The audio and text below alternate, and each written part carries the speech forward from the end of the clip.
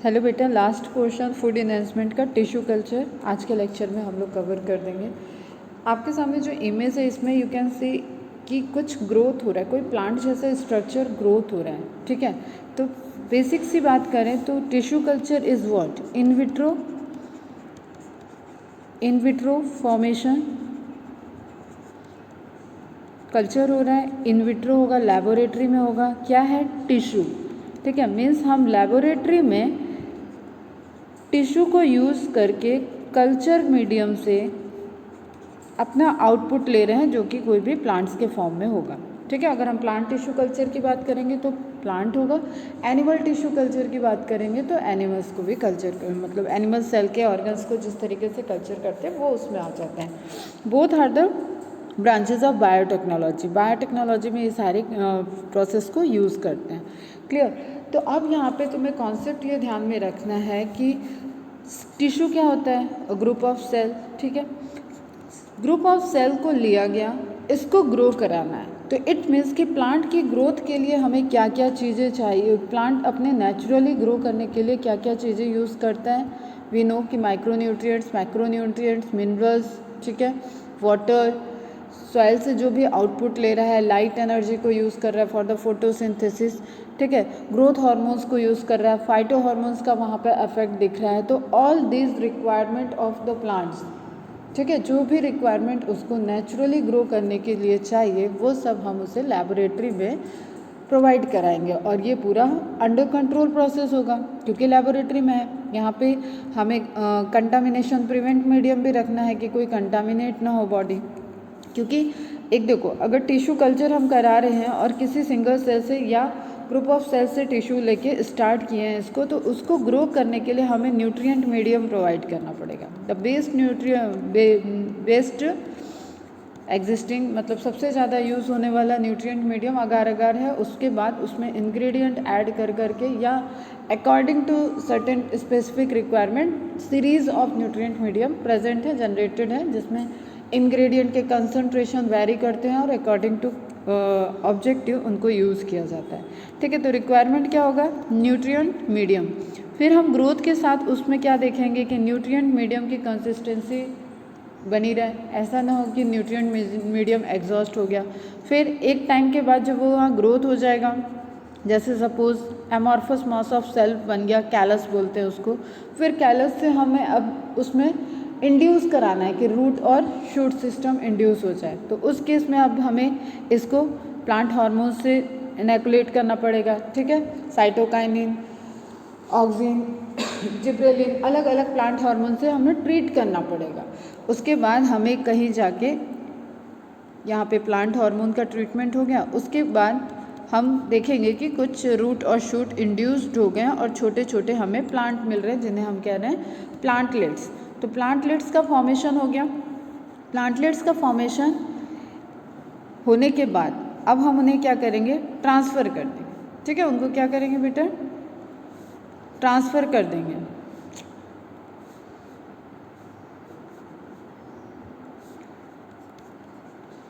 उनको जो भी इन्वायरमेंट में या पॉट में ट्रांसफ़र करना होगा उसके अकॉर्डिंग उनको ट्रांसपोर्ट कर देंगे और उनके प्रोजेनी को स्टडी करेंगे। Is it clear? ये बेसिक फंडामेंटल, ठीक, ये प्रोसेस बैकग्राउंड में चल रही है और इसकी कुछ स्पेसिफिक चीज़ें हैं वो हमें ध्यान में रखना है। तो देख लेंगे इस प्रोसेस को आज।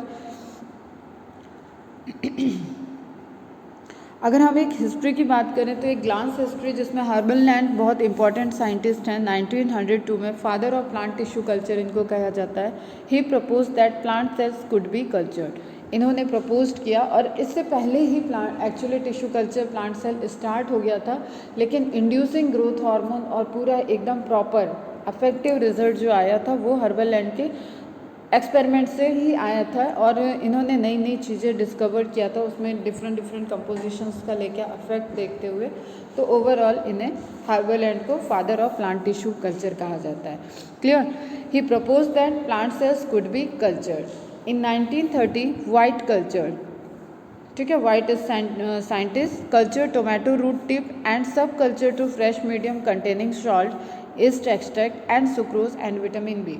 इन्होंने भी एक कल्चर मीडियम में मतलब प्लांट टिश्यू कल्चर में एक माइलस्टोन वाइट के भी एक्सपेरिमेंट को कहा जाता है, और ये सारे एक्सपेरिमेंट डिटेल में पढ़ने होते हैं बायोटेक्नोलॉजी में।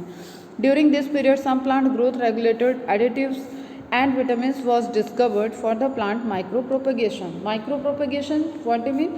Micropropagation means छोटे से हमने सेल के ग्रुप से टिश्यू से हमने उसको प्रोपगेट करा दिया और हमें न्यू प्लांट्स फॉर्म हुए। क्लियर? और जो ये न्यू प्लांट होंगे वो नंबर्स में ज़्यादा होंगे, ठीक है, नंबर्स इनके हाई होंगे। लिया हमने क्या, एक ग्रुप ऑफ सेल्स लिया, उसको टिश्यू कल्चर किया और एज ए रिजल्टेंट हमें नंबर ऑफ टिश्यू कल्चर से हमें नंबर ऑफ न्यू प्लांट्स मिले, इनको हम प्लांटलेट्स बोलेंगे। तो this process is known as basically micropropagation. छोटी सी यूनिट में हम बड़े अमाउंट में प्लांट्स को प्रोड्यूस कर सकते हैं, प्लांटलेट्स को प्रोड्यूस कर सकते हैं। Clear? Discovery of the first PGR plant growth hormone indole acetic acid called IAA in 1937। ये ग्रोथ हार्मोन में भी बताया हुआ है मैंने। 1962 Murashige and Skoog published a recipe for MS media. जो ग्रोथ के लिए मीडिया का रहता है उसके लिए मुरासिस स्कूप मीडिया इनके नेम पे ही उसको कहा जाता है। एक ये भी माइलस्टोन है बायोटेक्नोलॉजी के अचीवमेंट में, तो इसको भी आप ध्यान में रखोगे। बस साइंटिस्ट का नाम एंड मीडिया का नाम तो उन पे ही है। नेक्स्ट है 1972 प्रोटोप्लास्ट फ्यूज़न। देखो ये एक ऐसा अचीवमेंट है जिससे सक्सेसफुली हम ट्राई कर रहे हैं कि दो डिफरेंट स्पीसीज़ के प्रोटोप्लास्ट को फ्यूज़ कर दिया जाए, एंड इस तरीके का अगर कोई वैरायटी प्रोड्यूस हो जाता है तो हमें एक हाइब्रिड, देखो हाइब्रिड टाइप की क्रॉप मिलने लगेगी। क्लियर? तो ये कुछ इंपॉर्टेंट इन्फॉर्मेशन है बेटा, इनको ध्यान में रखोगे, नोट डाउन कर लोगे। एंड अब NCERT से देखते हैं, फिर प्रोसेस को देख लेंगे। As traditional breeding technique fail to keep pace with demand and to provide sufficiently fast and efficient system for crop improvement. जो भी हम लोग ब्रीडिंग प्रोसेस से देखे या किसी ट्रेड के अकॉर्डिंग ब्रीड्स को सेलेक्ट करके ब्रीडिंग करके क्रॉस ब्रीडिंग करके ये सारे मेथड से हमने देखा, तो उसमें हम ये देख रहे हैं कि हमें कैरेक्टर्स, डिज़ायर्ड कैरेक्टर मिलने की एक तो बाई चांस फिनोमिना भी है, हाई अनडिज़ायर्ड के चांसेस ज़्यादा है। जैसे अगर हम इसके अब एक पॉइंट और आगे चले तो बायोटेक्नोलॉजी का जेनेटिक इंजीनियरिंग वाला पोर्शन है जहाँ पे हम लोग पढ़े हैं कि जीन इंसर्ट कर देंगे तो एग्जैक्ट जो हम डिज़ायर्ड कैरेक्टर्स देख रहे हैं वही कैरेक्टर्स सिर्फ आएंगे, एक्स्ट्रा कैरेक्टर्स नहीं आएंगे। क्लियर है बेटा? तो उसी तरीके से जो ब्रीडिंग प्रोसेस है, जो एक कहें कि हम ट्रेडिशनल प्रोसेस की तरह यूज़ हो रहा है, तो उसमें कल्टीवेशन का टाइम मैनेजमेंट, ठीक है, और हमें एरिया जो चाहिए वो भी हाई चाहिए। तो according to growth of human population, जितना पॉपुलेशन का रेट है, जिस रेट से ग्रो हो रहा है उसके अकॉर्डिंग हम सप्लाई को फुलफिल, डिमांड को फुलफिल सप्लाई से नहीं कर पा रहे हैं, जिसका एक सॉल्यूशन SCP के फॉर्म में है। उसी का एक दूसरा सॉल्यूशन यहाँ पे NCERT में मेंशन किया टिश्यू कल्चर के फॉर्म में। तो now to provide sufficiently fast and efficient system for crop improvement, another technology called tissue culture. Clear? तो इसका एक एप्लीकेशन पार्ट क्या हो गया कि ये जो फुलफिलमेंट नहीं हो पा रहा है, जो डिमांड और सप्लाई के बीच में गैप है, उसके लिए टिश्यू कल्चर टेक्निक एक एडवांस टेक्निक की तरह। What does tissue culture means? It means tissue को लिया, कल्चर किया और उससे पूरा का पूरा प्लांट जनरेट किया, and the basic thing is that is totipotent. वो उस जो हमने लिया है, जो भी हम एक्सप्लांट ले रहे हैं या जो पार्ट ऑफ सेल लिया, जो टिश्यू लिए, जो ग्रुप लिया, उसके अंदर टोटिपोटेंसी की कैरेक्टरिस्टिक्स होनी चाहिए। And totipotency is what?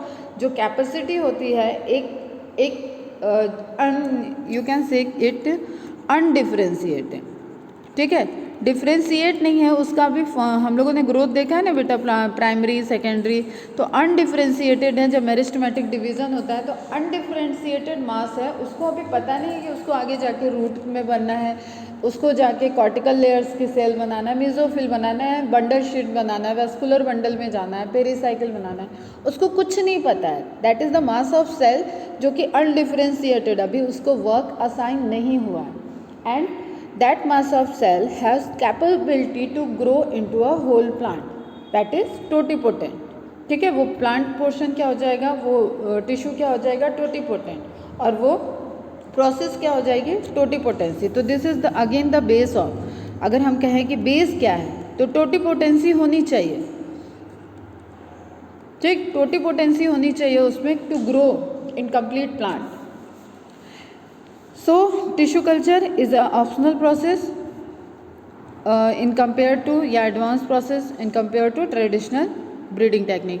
What does tissue culture mean? It was learned by scientists during 1950s that whole plants could be regenerated from explant. Explant क्या हो जाएगा बेटा, वो प्लांट का पोर्शन जिसको आप यूज़ करोगे टिश्यू लेने के लिए या जिसको आप यूज़ करोगे टिश्यू कल्चर में। क्लियर। अभी एकदम ये बेसिक है बेटा, इसके अंदर भी बहुत सी चीज़ें होती है कि आप प्लांट का किस पोर्शन पे, जैसे एक एक्स प्लांट है उसके नोडल पोर्शन पे ही आप ग्रो करा रहे हो तो भी वो एक टेक्निक होती है। उसको एमॉर्फस बना लिया, उसका सॉल्यूशन उसको निकाल लिया, फिर आप उसको कल्चर मीडियम में ग्रो करा रहे हो तो वो भी एक प्रोसेस होता है। तो अलग अलग, ठीक है। Explant that is any part of a plant taken out and grown in a test tube under sterile condition. Sterile condition में कंटामिनेशन फ्री, ठीक है। यहाँ स्टेराइल मतलब फर्टाइल से रिलेटेड नहीं करना है, वहाँ फर्टाइल से रिलेट तुम इस रिस्पेक्ट में कर सकते हो कि वहाँ कोई माइक्रोब्स नहीं होगा जो मल्टीप्लाई कर सकता है, ग्रो कर सकता है, तो दैट इज़ अंडर कंट्रोल। क्या है उस इन्वायरमेंट में वो एक्सपेरिमेंट करने वाले को पता होना चाहिए, या किसी भी चीज़ की एक रेंज हो कि इतनी मैक्सिमम रेंज तक वो माइक्रो ऑर्गेनिज्म उस मीडियम में प्रेजेंट हो सकता है, क्योंकि वी नो कि माइक्रो ऑर्गेनिज्म तो यूबिक्विटस हैं। तो हम पूरा स्टेरलाइजेशन करके उसको उस एरिया को उस एक्सपेरिमेंट को स्टेराइल फ्री करते हैं। इन सब में भी प्रोसेस आता है, यूवी रेडिएशन, फ्यूमिगेशन, ठीक है। उस पूरे एरिया को उस पर पूरे लेबोरेटरी को करना पड़ता है sterile condition in special nutrient media, और उसके अंदर एंटर करने का और एग्जिट करने का भी, और ड्रेस क्या उसके अंदर ड्रेस पहनना है, इन सब चीज़ का एक प्रॉपर प्रोटोकॉल होता है। अगर आप अंदर गए तो आप बाहर किसी से कांटेक्ट कैसे करोगे उसका भी एक प्रोटोकॉल है। एक एरिया है वहाँ से आपको कैसे स्टेराइल इक्विपमेंट या कुछ चाहिए तो वो ट्रांसफ़र होना पड़ेगा, और अगर आपकी प्रिपरेशन प्रॉपर नहीं है तो आपको वो टर्मिनेट करना पड़ेगा, बीच में आप बाहर नहीं आ सकते। उस दिन का जितना आपको स्टेप करना है उसके बीच में आप उस प्रोटोकॉल में बाहर नहीं आ सकते। तो अलग अलग प्रोटोकॉल्स होते हैं जस्ट मेंटेनिंग दी की। It was learned by the scientists during 1950s that whole plant could be regenerated from explant, that is any part of a plant taken out and grow in a test tube under sterile condition। हम उसको infected contamination free conditions में grow कराएंगे in special nutrient medium।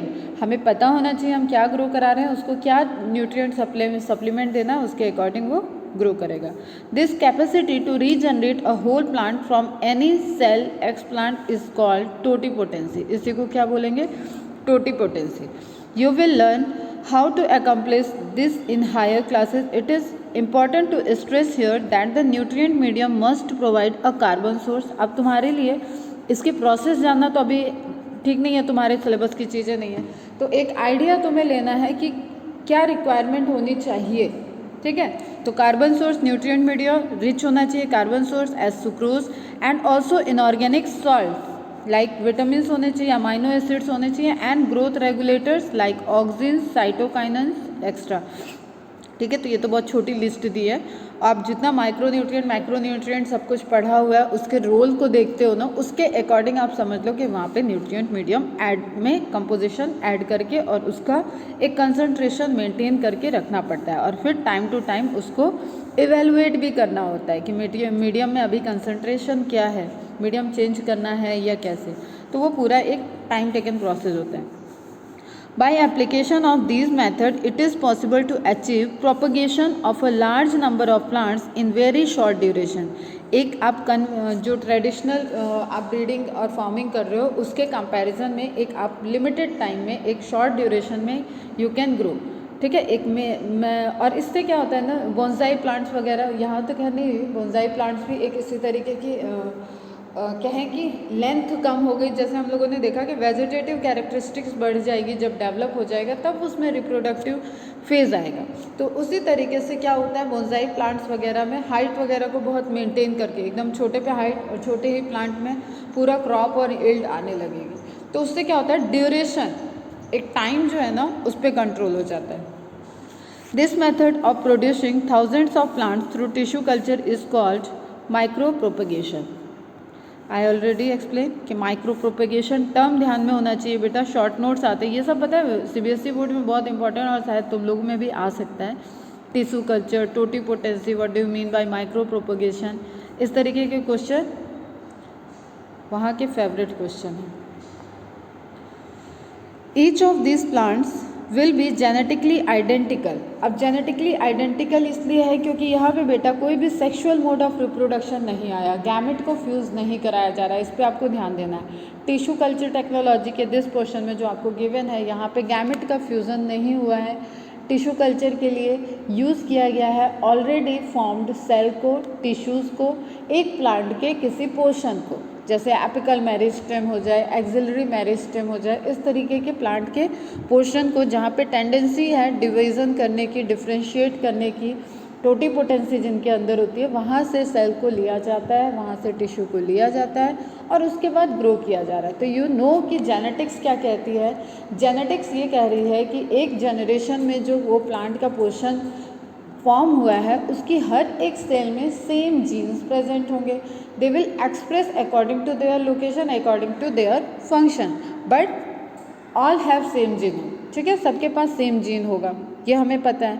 तो अब एक ही plant के portion से ये सारे प्लांट ग्रो कर लिए गए, यहाँ पे कोई गैमेटिक फ्यूजन नहीं है. That's why there will be genetically identical plants. ठीक है, they will be genetically identical plants to the original plant from which they were grown. और आपस में भी वो उसी तरीके, सेक्सुअल रिप्रोडक्शन में जैसे डॉटर सेल फॉर्म हुई, उसकी जीन, उसकी जेनेटिक्स एंड पेरेंटल सेल की जेनेटिक्स सबकी आपस में सेम होती है और हम उसको क्लोन कहते हैं. ठीक है, duplicate, exact duplicate, exact copy of parents, no variations.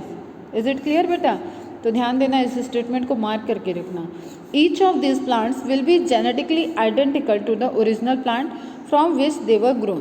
That is they are somaclones. Somaclones somatic cell से ग्रो करने वाले स्ट्रक्चर को, सोमैटिक प्लांट्स को, ठीक है, we can call somaclones.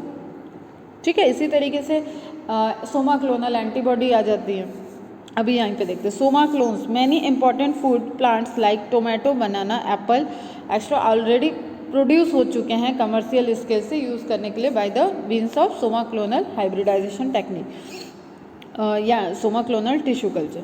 Many important food plants like tomato, banana, apple have been produced on commercial scale using this method. Try to visit a tissue culture laboratory with your teacher to better understand and appreciate the process अभी हम दिखा रहे हैं और general हमने पूरा आपको एक इंट्रोडक्टरी फ्रेमवर्क क्लियर होना चाहिए. ठीक है, आपको जब मैं बोलूँ तो आपको, अभी मैंने कल एक वीडियो भी शेयर की थी ग्रुप में, उसको भी देखो.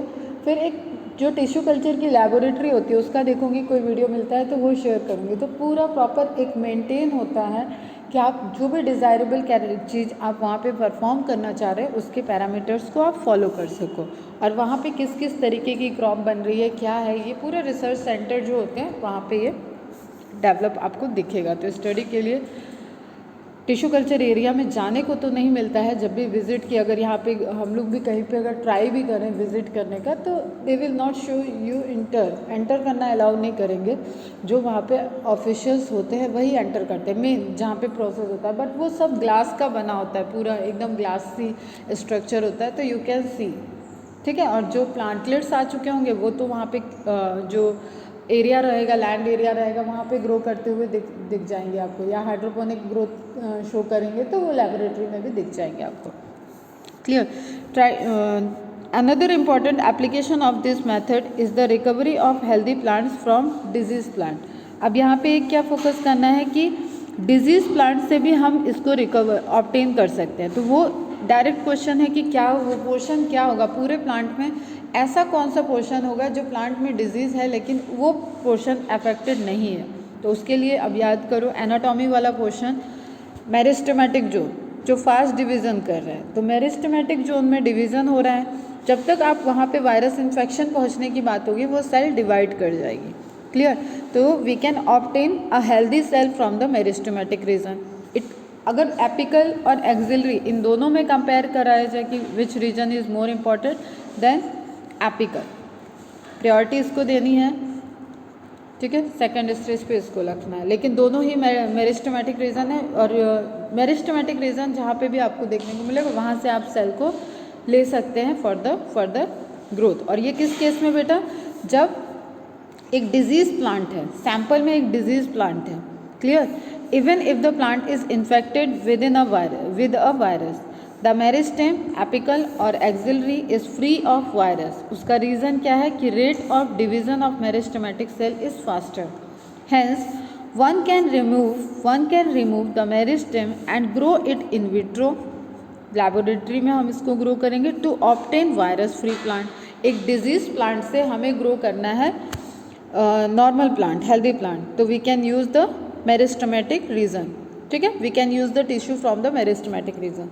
Scientists have succeeded in culturing meristems of banana, sugar cane and potato। तो आपको बेटा जो ये एग्जाम्पल दिए हैं ना, दैट इज़ इम्पॉर्टेंट, एग्जाम्पल ध्यान में रखोगे, शॉर्ट नोट्स इनके रहने चाहिए, क्या क्या रीज़न है, कहाँ से ये टिश्यू ले रहे हैं, और एनसीईआरटी में मेंशन एग्जाम्पल क्या है, क्लियर।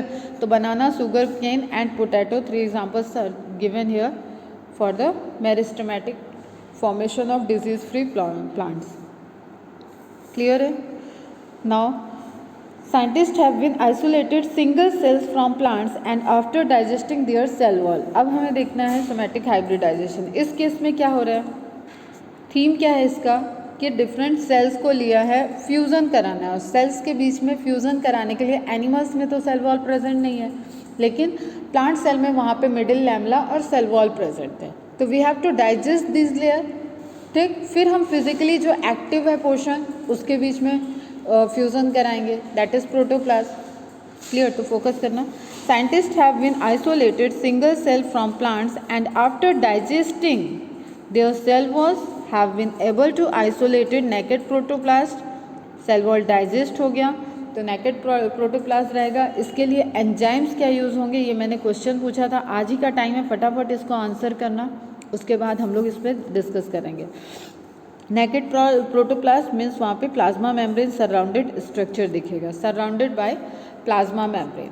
तो यहाँ पे आपको ये मार्क करके रखोगे बेटा, क्वेश्चंस बन सकता है। Isolated protoplast from 2 different varieties of plants each having desirable characters can be fuse to get hybrid protoplast. देखो, एक था कि हम सेल को फ्यूज़ करा रहे थे, गैमेट को फ्यूज़ करा रहे थे, वहाँ पे हम गैमेटिक फ्यूजन्स की वजह से एक हाइब्रिड को या नई ब्रीड को फॉर्म कर रहे थे। सेम ब्रीड में होगा, सेम स्पीसीज़ में होगा तो ब्रीडिंग करा रहे हैं, और डिफरेंट स्पीसीज़ में होगा तो हाइब्रिड फॉर्मेशन करेंगे। यहाँ पे क्या है, हम सेल को फ्यूज़ करा रहे हैं, ठीक है।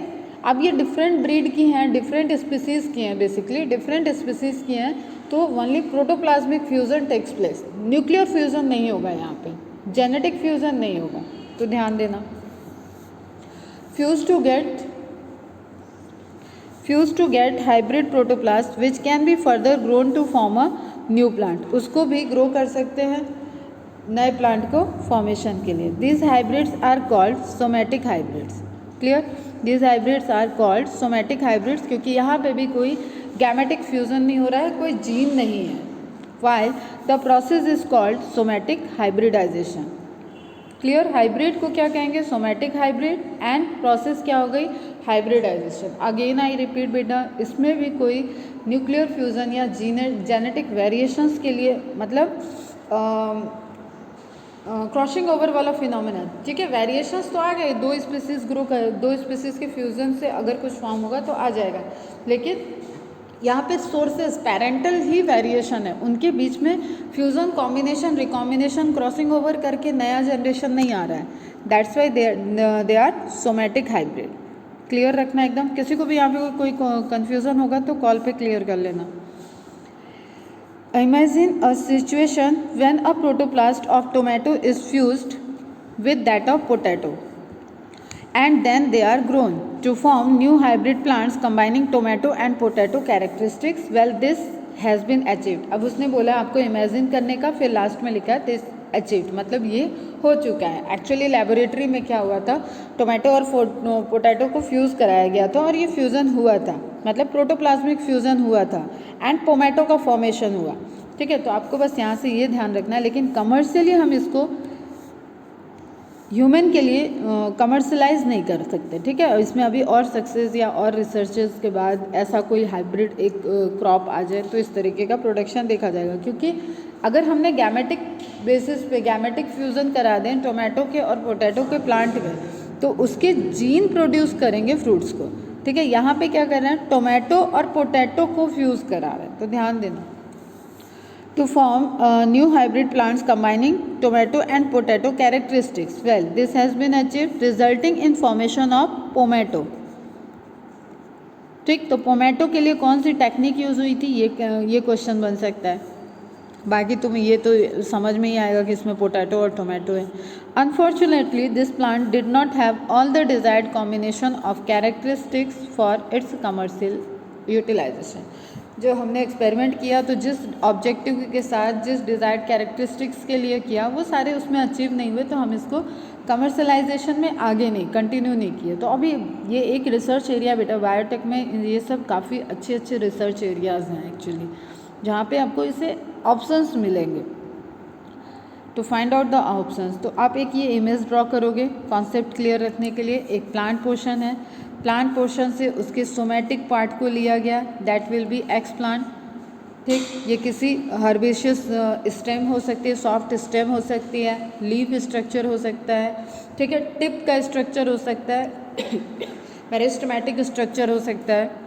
एक्स प्लांट जिसके पास कैपेबिलिटी होगी, जिसके पास ग्रो करने की नए पूरे कंप्लीट प्लांट को फॉर्म करने की टोटिपोटेंसी होगी, वो यहाँ पे कल्चर किए जाएंगे एक प्रॉपर न्यूट्रिएंट मीडियम से, और उससे एक एमॉर्फस नोट डाउन कर लोगे बेटा, एमॉर्फस ग्रुप ऑफ सेल या एमॉर्फस स्ट्रक्चर लिख लेना, बनेंगे जिसे कैलस कहेंगे। ठीक, इस कैलस के पास भी अभी कैसा ग्रुप है बेटा, अनडिफ्रेंशिएटेड सेल का है।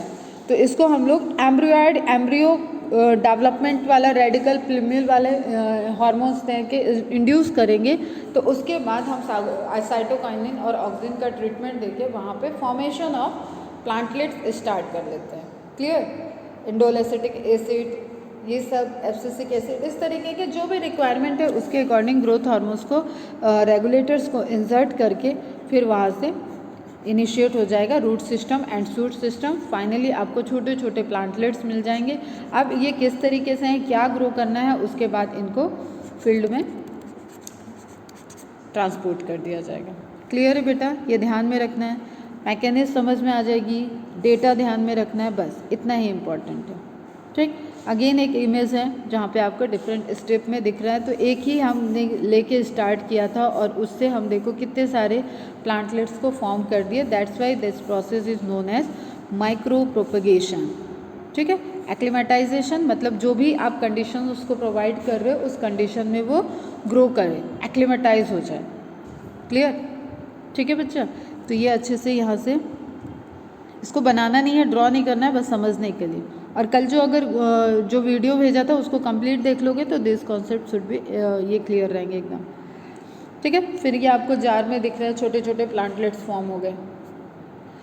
तो this is all about the tissue culture technology. जितने की रिक्वायरमेंट है बेटा उतना है, यहाँ से कंप्लीट कर लो। ये चैप्टर हो गया है ख़त्म। माइक्रोबियल इन ह्यूमन वेलफेयर आज स्टार्ट करना था, नेट से करते नहीं है, कर रहे हैं हम, देखते हैं उसको अपडेट करेंगे कि किस तरीके से तुम लोग को स्टार्ट करते हैं आज, या हो सकता है कल ही स्टार्ट करें। तो ये चैप्टर कंप्लीट करके इसके क्वेश्चन सॉल्व करो, एंड उसके बाद कोई भी डाउट हो तो यहीं पे इसको ख़त्म करके, छोटा सा चैप्टर है, कंप्लीट करके पैकअप करके फिर साइड में रखो और बाकी अपने पीटी पे फोकस्ड रहो। चलो बाय बाय, टेक केयर।